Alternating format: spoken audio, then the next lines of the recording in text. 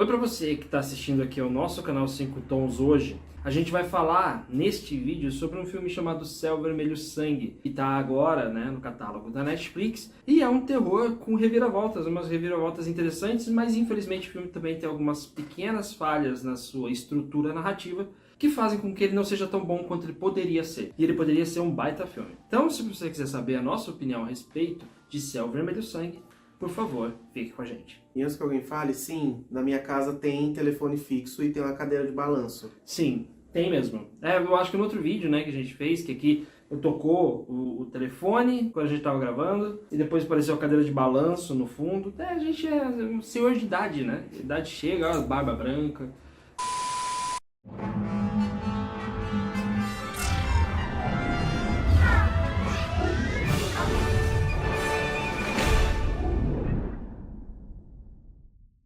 Antes da gente começar, eu queria pedir para você se inscrever aqui no canal, também queria pedir para você clicar no sininho para receber as notificações dos vídeos novos que a gente lança aqui toda semana. E se possível também, a gente tá nas redes sociais, você pode seguir a gente lá no @canal 5 Tons, principalmente, primordialmente, no Instagram.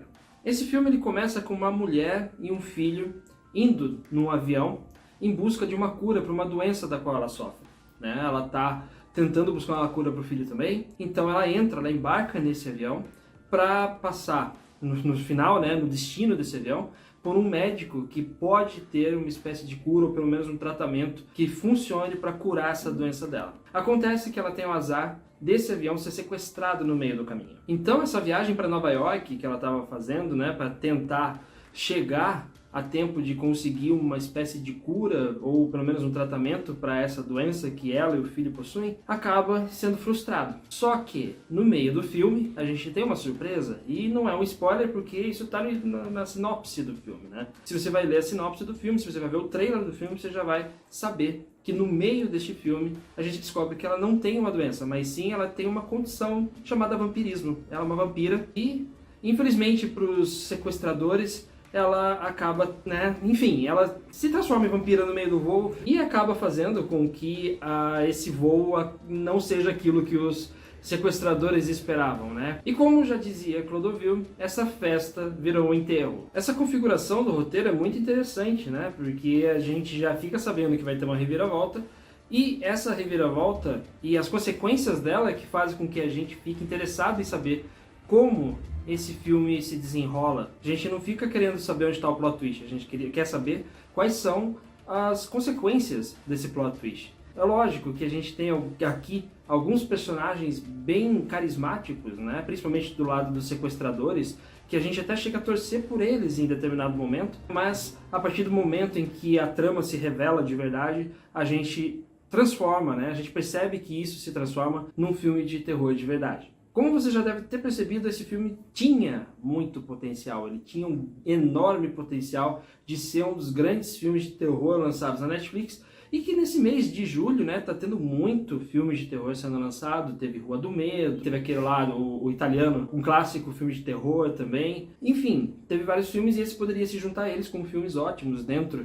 da plataforma. Acontece que Céu Vermelho Sangue tem problemas graves na sua estrutura narrativa que fazem com que ele perca força, infelizmente. O primeiro deles é que o filme não é contado em ordem cronológica, e isso atrapalha a gente na hora que estamos assistindo ao filme. No começo, fica até instigante você perceber que o filme começa não exatamente pelo começo, mas o filme já começa com o avião em pleno voo, depois que você vai entendendo as coisas. Acontece que em determinado momento do filme, isso acaba se tornando confuso e, infelizmente, acaba sendo ponto negativo para o filme. A gente fica sem saber o que é passado, o que é presente, essas coisas todas, e aí a gente entra para o segundo problema, que é o excesso de flashback.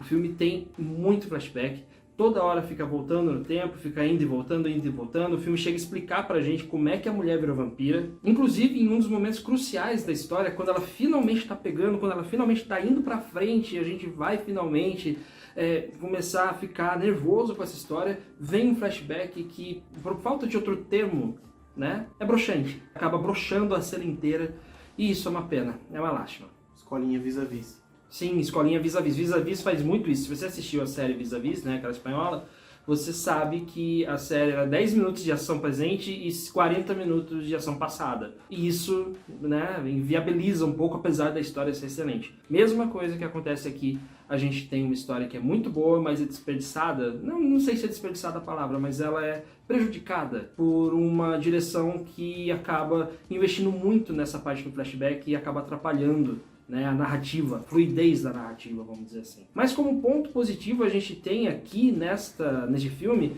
algumas cenas realmente muito interessantes, muito bem pensadas, muito bem boladas, né, como se dizem nos antigos, e como eu faço parte dos antigos, então posso falar essa palavra sem parecer cringe. Ou posso falar cringe? Posso falar cringe, né?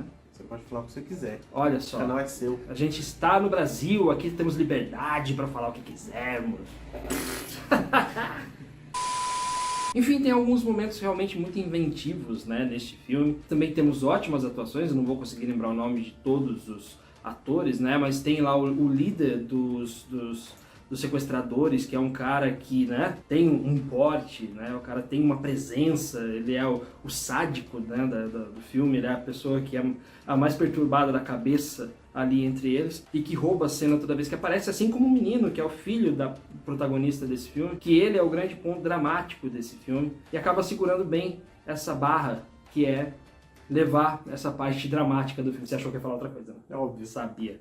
E lógico, tem um rosto conhecido, que é o Dominic Purcell, que, bom, você já deve ter visto ele, pelo menos. Se não em comerciais, se você já assistiu a série, você já deve ter visto Prison Break. Ele é um dos irmãos lá, o mais, né? Enfim, aquele que é careca. Os dois são, né? Então, bota uma foto dele. Tá. Aí você vai saber, pronto. Aí, ó, esse aí, ó, esse tá no filme, esse cara, você vai reconhecer o rosto dele. No que diz respeito a atuações, o filme realmente é muito bom. Pena que a estrutura narrativa do filme complica aquilo que era pra ser descomplicado. Por isso, pra nós aqui do canal 5 Tons, este é um filme que merece 3 estrelas. Obrigado, o Lucas indicou ali 3 estrelas. É pra dar 3 estrelas mesmo, né? Porque é um filme que ele poderia ser muita coisa, poderia ser muito bom, mas ele acaba sendo apenas mediano por conta de escolhas da produção, do diretor, que acabam estragando o produto final. Por hoje é isso. Obrigado a você que assistiu esse vídeo até aqui, obrigado pela sua audiência, obrigado pela sua presença, obrigado por tudo, né? Obrigado por tudo mesmo, né? A gente tá aí tendo muitas pessoas entrando no canal e tal, então obrigado. E é isso, a gente se vê, até logo.